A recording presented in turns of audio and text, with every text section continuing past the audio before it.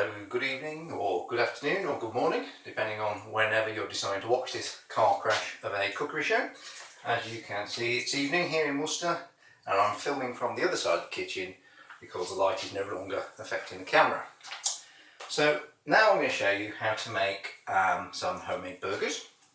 Now there's lots of different meats you can use for this. You can use beef, you can use lamb, you can use turkey, you can use pork. Today I'm going to do a beef burger but with a bit of a Mexican twist. Okay, so I'm going to go through the ingredients with you first of all. So I've got here a small pack, about 250 grams of beef minced steak, and it has to be minced beef steak, the lower fat version. Do not use cheap mince for this, it really won't work.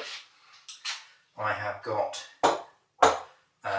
some ground Jacob's cream crackers that I've just ground to a powder, and I have got some Tabasco sauce, and seeing as we are in Worcester by appointment to Her Majesty, a bottle of Worcester sauce. In my bowl here I've got a medium-sized beaten egg. If you've only got a large egg, that's absolutely fine, the world won't end. I've got a few chunks of cheese there that I'm going to actually put into the burger itself. And this will probably make two. This will definitely make two big burgers, but you could span it out to three, possibly even four. And to save time here, I've actually made the spice mix that I'm going to put in. So let me just talk you through what this is. It's a chopped green chilli. There's about 1/4 teaspoon of chipotle chili flakes, dried flakes. If you can't get them, just put some other chili in. 1/2 teaspoon of smoked paprika. Again, if you can't get smoked, use ordinary. A clove of garlic crushed, and some 1/4 teaspoon of mustard flakes, and a little bit of parsley. So, oh yes, and a bit of vino, not for the burgers but for the chef. So a quick slurp.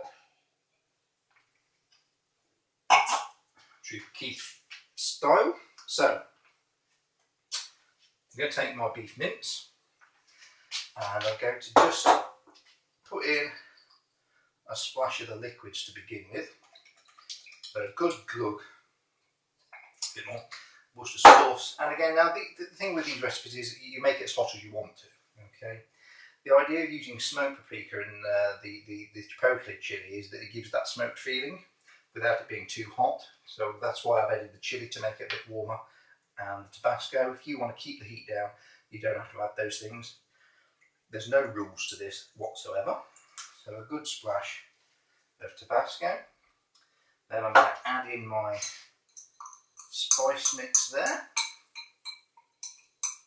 And what the egg and the crackers do is they bind it together and keep it into shape.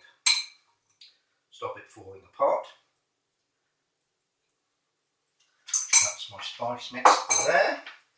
So now what I'm going to do is I'm going to add the egg, and this is where it gets a bit messy. I'm going to add a good tablespoon of the cracker. I'm going to add a bit more. And this is where it gets messy, and you have to get the consistency right. Too sloppy and your burgers will just fall to pieces. You put your hand in and give it a good mix. Now you'll know if it's sloppy, it will feel sloppy, it will feel like mud, wet mud, which is not what you want. You want to be able to pick it up and it not really fall out of your hands or fall apart. So I definitely need to add a little bit more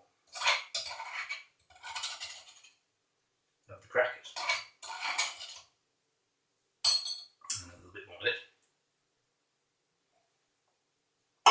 Lovely. Right. So give that a good mix. Now this will make two massive burgers. And certainly three decent sized ones. Most of my recipes, of course, are for two because obviously there's two people living here. That's much better now. That's a sort of a nice firm dough ball that when you pick it up, even give it a bit of a shake, it doesn't really fall apart. Put the rest of the crackers crackers in just to make sure that it does that. You can use breadcrumbs for this, which you can buy from the supermarket, or you can just blitz some stale bread in a food processor. There we go. So that doesn't feel at all wet anymore.